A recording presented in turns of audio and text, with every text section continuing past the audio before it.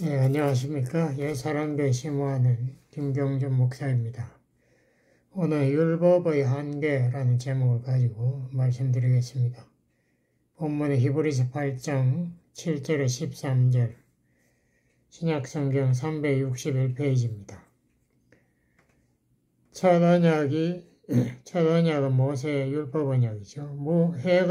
흠이 없었더라면 둘째 것을 요구할 일이 없었으려니와 둘째 언약은 새 언약이라고 하는 예수님 십자가의 피로 맺은 언약이죠.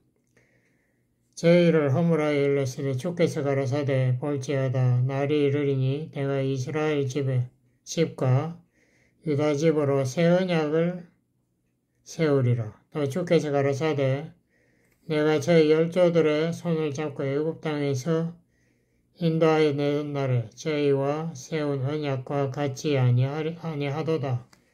저희는 내 언약 안에 머물러 있지 아니하였으므로 저희를 돌아보지 아니하였노라. 또 주께서 가라사대 그날 후에 내가 이스라엘 집으로 세울 언약이 이것이니 내 법을 저희 생각에 두고 저희 마음에 이것을 기록하리라. 그 성령으로 우리 마음에 기록하시겠다. 나는 저희에게 하나님이 되고 저희는 내게 백성이 되리라. 또 각각 자기 나라 사람과 각각 자기 형제를 가르쳐 이르기를 주로 알라 하지 아니할 것은 저희가 작은 자로부터 큰 자까지 다 나를 알미니라. 그러니까 하나님을 이 제사장을 통해서 하는 그런 게 아니고 직접 체험으로 알게 된다. 우리가 구원의 체험 마찬가지죠. 내가 저희 불의를 긍휼히 여기고 저희 죄를 다시 기억하지 아니하리라 하셨느니라.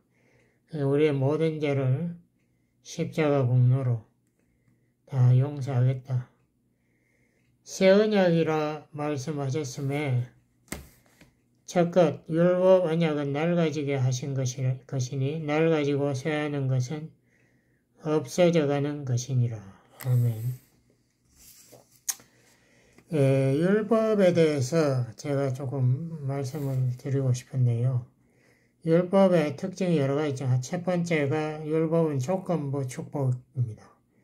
율법을 순종하면 생명을 주고 축복을 준다는 거고 불순종하면은 하나님의 사랑이 없고 오히려 저주 또한 사망에 떨어진다. 하나님 관계가 끊어진다. 뭐 이런 것이 율법의 특징입니다. 근데 율법의 이 요구 조건은 계명을 하나만 지키면 안 되고 다 지켜야 하는데 계명이 613개가 있습니다.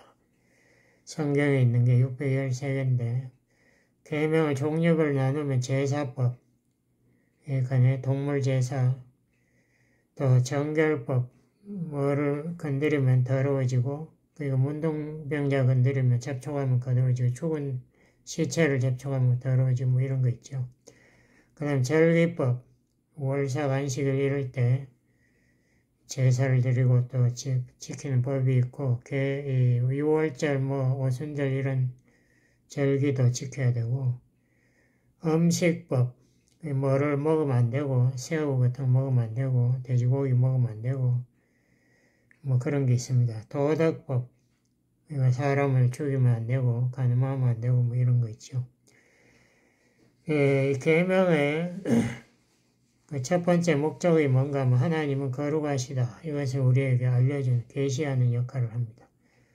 근데 하나님 거룩하시기 때문에 너희도 거룩해야 된다. 이게 계명이 우리에게 요구하는 거죠. 근데 안식일 계명만 하나만 해도 그 안에 39개의 계명으로 나누어져 있습니다. 그러니까 유대인들은 금요일 해지기 전에 벌써 식사 준비 다 해가지고 식탁 올려놔요. 그래서 토요일 안식일에는 아예 아무 일도 못하게 1마일 이상 걸어도 안 되고 법이 많습니다. 그러므로 안식일 지킨다, 이 주일을 안식일이라고 주장하는 사람들 잘못된 거죠. 성경 어디에도 안식일이 토요일이 아니고 일요일이라는 말이 없어요. 그리고 우리 개신교도 안식일 지키겠다는 분파는 안식교로 따로 되어 있습니다. 사이비라고 우리가 인정되는데 우리가 일요일을 안식일이다 라고 이렇게 주장하는 것은 크게 잘못된 것이죠. 그런데 우리가 율법을 지켜야 되느냐 안 지켜야 되느냐 여기에 대한 논쟁이 항상 있는데요. 성경은 여기에 대해서 분명하게 말합니다. 인간은 아무도 율법을 다 항상 지킬 능력이 없다. 갈라디아 3장 10절에 분명히 기록되어 있습니다. 그러므로 인간은 전부 다 죄인이다. 로마 3장 9절에서 23절 거기 읽어보시면 너무나 분명하게 나와 있어요. 율법은 왜 주셨는가? 로마 3장 20절에 보면은 율법은 우리가 죄인임을 깨닫게 하기 위해서, 죄를 알게 하기 위해서 주셨다라고만 되어 있지. 율법을 다 지켜가지고 복받고 구원받으라 이게 아닙니다. 근데 율법이 우리를 항상 유혹해요. 어떤 목사님들 설교할 때 보면은 율법을 지키면 복받는다라고 설교를 하더라고요. 예, 시내산에서 모세가 처음 십계명을 받을 때도 이스라엘 백성들에게 물었습니다. 내가 이제 계명을 하나님부터 받아올 건데 너희가 다 지켜야 된다. 그러니까 전부 다 우리는 완전히 지키겠다고 이스라엘 사람들 맹세했죠. 그래가지고 이 모세가 십계명을 받아가 돌판을 받아가 내려오니까 이스라엘 백성들이 검으로 송아지 우상을 만들어 그 앞에서 절하고 야단났어요. 모세가 화가 나서 돌판을 던져서 송아지 우상을 깨뜨리고 돌판도 깨지고 뭐 이런 사건이 벌어졌는데 인간은 계명을 지킬 능력도 없고 또 지키라고 하나님 주신 것은 그거는 너희들이 못 지키는 것을 깨달아서 우리가 죄인인 것을 깨닫게 하려고 주었다라고 로마 3장 20절은 분명히 말하고 있습니다. 그런데 율법이 우리를 유혹해요. 어떤 목사님들이 이렇게 설교하더라고요. 우리가 율법을 지키면 복받는다. 그래서 지킵시다. 뭐 이렇게 안식일을 지켜야 복받습니다. 이렇게 자꾸. 그렇게 말하면은 성도님들이 그거 지켜야죠. 복을 받아야죠. 이 유혹 받는데 지킬 수 있는 능력이 있으면 지켜야지. 그렇지만 인간은 전부 다 죄인이고 인간은 하나님의 그 모든 율법을 지킬 능력이 없습니다. 예수님이 그랬죠. 너희들 죄 짓지. 이 사람들이 대답 안 하니까 죄 짓는 자마다 죄의 종이니라. 우리 죄의 종이기 때문에 죄 안 지으려고 해도 죄 짓게 돼요. 우리는 율법을 지킬 모든 것을 다 지킬 그런 능력은 전혀 없습니다.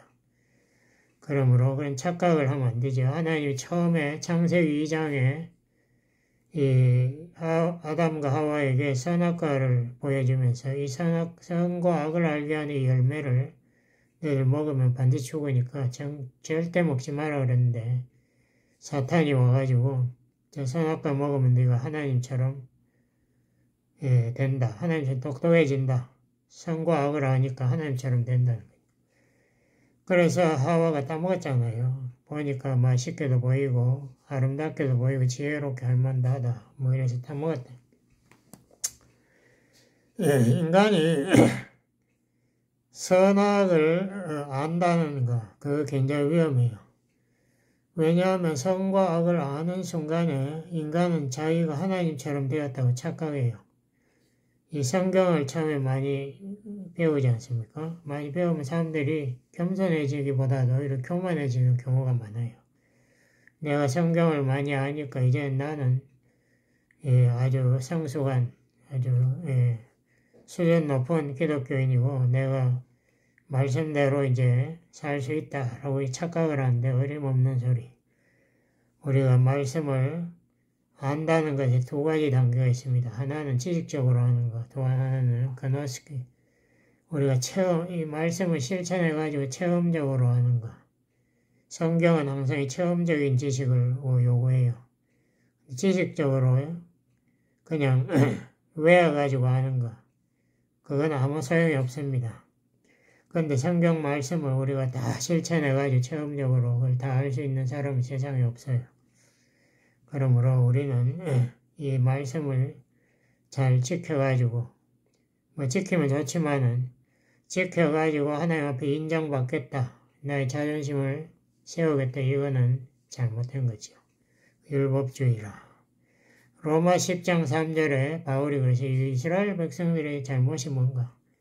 그 사람들이 율법에 대해 열심히 있는 그 자체가 문제가 아니고, 율법을 열심히 공부하고 지켜가지고, 자기의 의를 힘써 세우려고 하고, 하나님의 의를 거부하고 있다. 예수님의 의를 거부한다. 그러니까 내가 의롭다는 거, 이거 세우려고 하니까, 하나님 앞에 결국 위선자로 나타난 거죠. 의롭지 않은데 의롭다고. 내 힘으로 더군다나 의롭게 되겠다. 이거 잘못된 거죠. 그러므로 율법주의는 축복은커녕 오히려 저주받게 됩니다. 저주의 대상이 되죠. 바울이 바리새인들, 예수님도 그랬죠. 바리새인들 저주했지 않습니까? 그 사람들은 바리새인 미워서 그런 게 아니라 그 사람들은 이 믿음으로 하나님 앞에 나아가고 하나님의 의를 선물로 받아야 된다. 은혜로 받아야 된다. 이걸 몰라. 끝까지 자기의 의를 내가 할 수 있다. 내가 했다라고 자기의 의를 세우려고 하기 때문에 저주의 대상이 되는 겁니다. 구약은 이 계시가 우리가 공부해보면 상당히 점진적인 계시라. 그래서 구약 옛날 사람들 3,000년 전 사람들 진리를 말한다는 그 사람들 알아들을 수 있겠어요. 그래서 창세기 12장에 처음에 하나님이 아브라함을 불러가지고 아브라함 네가 복의 근원이 되라. 만민의 복의 근원이 된다라고 약속을 하니까 아브라함이 자기가 복의 근원이 된 착각했어요. 그런데 창세기 22장에 보면은 아브라함이 자기 아들 이삭을 모리아산에 제물로 바치려고 할 때 하나님이 아브라함에게 그걸 좀 더 설명해 줬어요. 네가 아니고 네 후손에 통해서 복의 근원이 나온다. 그래도 아브라함이 그걸 알아들었는지 모르겠는데 마태복음 신약에 와가지고 16장 16절에 보면은 베드로가 처음으로 예수님이 그리스도 메시아고 하나님의 아들이다. 이걸 고백하지 않습니까? 그러니까 예수님이 그 네 신앙 고백 위에 내가 교회를 세우겠다. 음부의 권세가 음부의 그 대문이 네 복음의 그 기초에 세우니 교회를 이기지 못한다라고 말하면서 처음으로 그리스도가 복의 근원이고 그리스도의 복음이 우리에게 참 복이다 하는 거 갈라디아 3장 8절에도 그렇게 설명하고 있습니다. 그리고 또 다른 예를 들면 점진적인 계시에 대해 예를 들면 창세기 17장에 하나님이 아브라함 보고 할례를 받으라. 너희 집안 식구 다 할례 받으라. 이것이 네가 하나님의 복의 근원이 되는 그 언약의 보증이다. 이렇게 했어요. 근데 나중에 이 모세가 이스라엘 백성을 이끌고 광야 40년 통과해가지고 이제 죽기 직전에 그 전에 이야기해 준 그 율법을 다시 쫙 설명, 신명기라고 그렇게 설명, 신명기 28장에 보면요. 네가 율법을 지키면 복받는다는 게 처음에 15절 동안 나오고 그 다음에는 불순종하면 저주라는 게 54절이 따라 나옵니다. 그러니까 축복의 15절에 비해서 거의 4배가 저주가 나와요.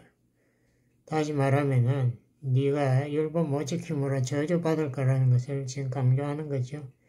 그리고 신명기 29장 그 다음 장 4절에 보면은 너희 이스라엘 백성들은 마음에 할례를 못 받았기 때문에 앞으로 너희들 저주받아서 나라가 망하고 온 이방에 흩어지게 될 것이고 너희들이 회개하고 돌아오면은 정말 새 언약을 받아야 된다라고 설명하고 있습니다.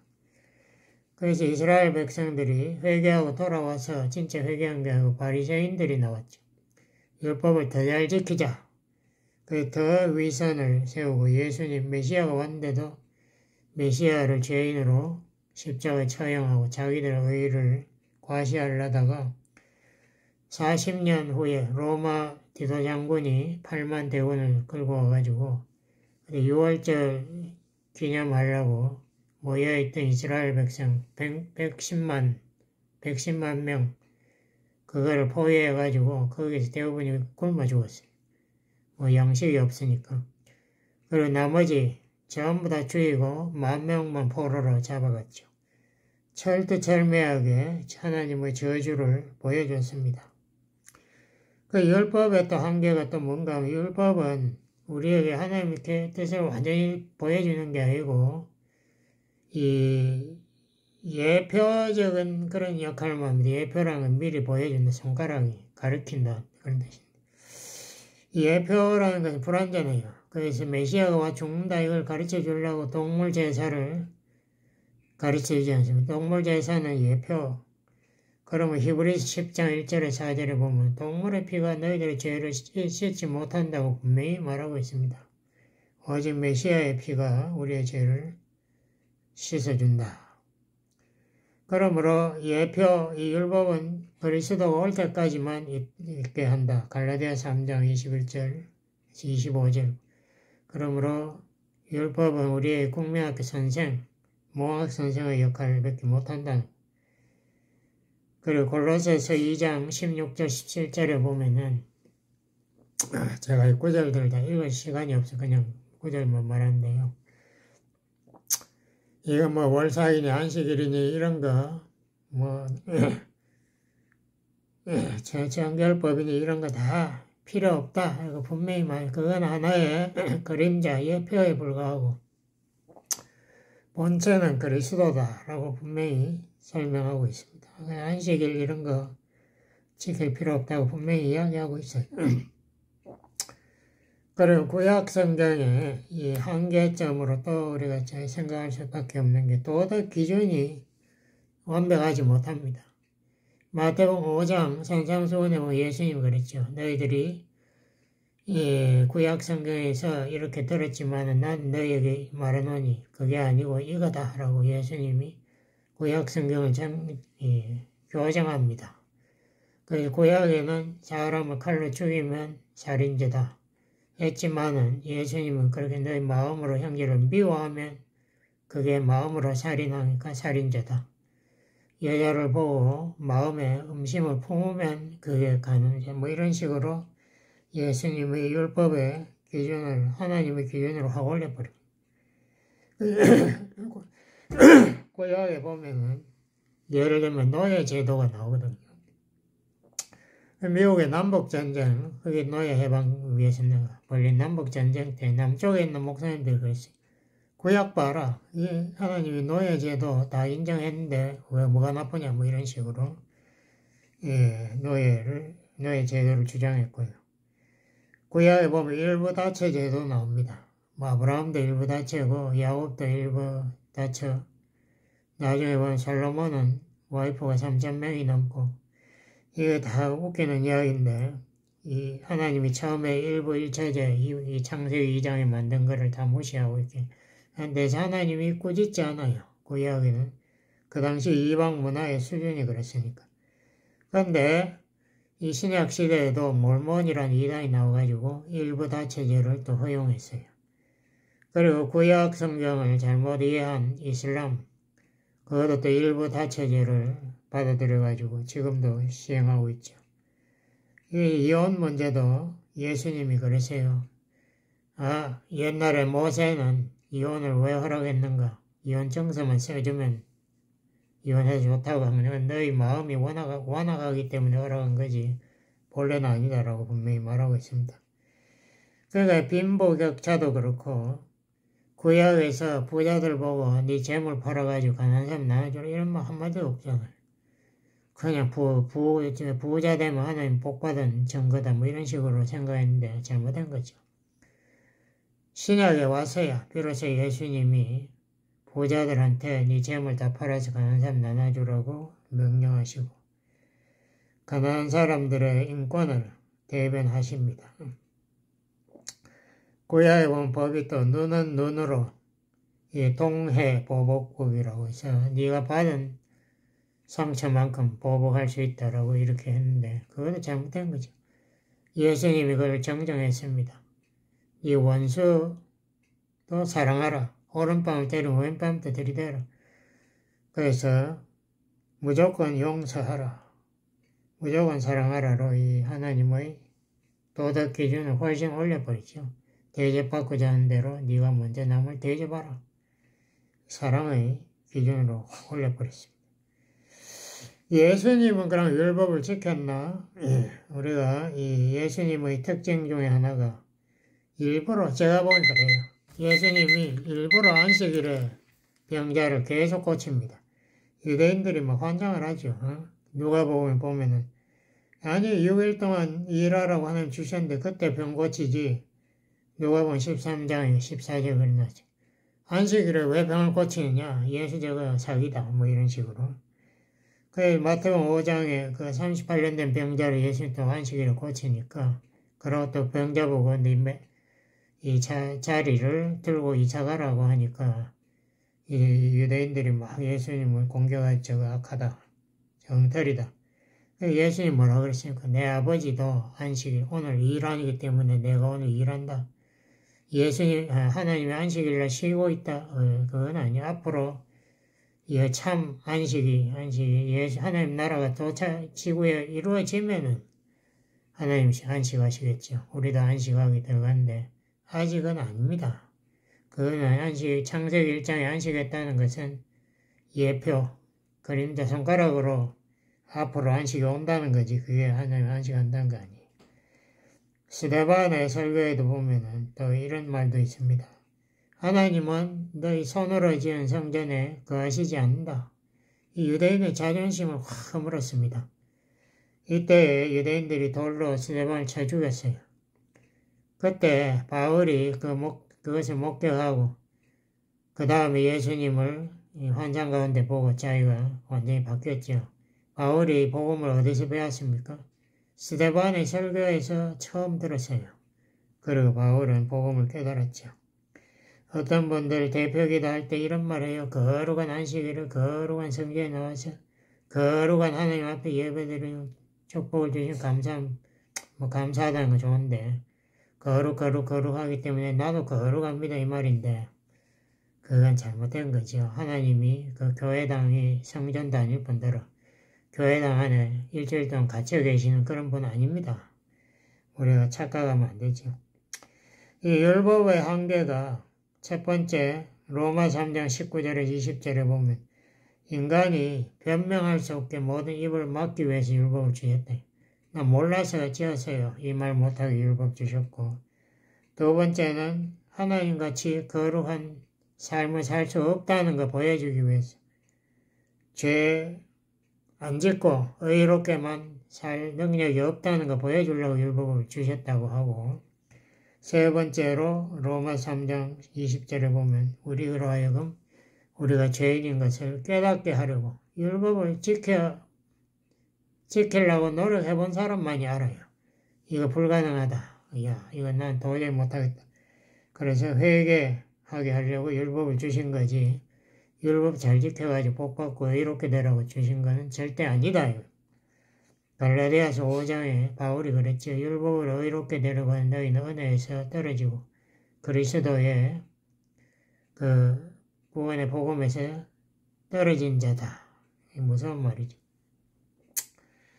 로마서 8장 그 1절, 2절, 4절까지 거기도 잘 보시면 율법이 우리 인간의 육신이 연약해서 그 율법을 지키도록 인간을 가르칠 수가 없다라고 분명히 말해놨습니다.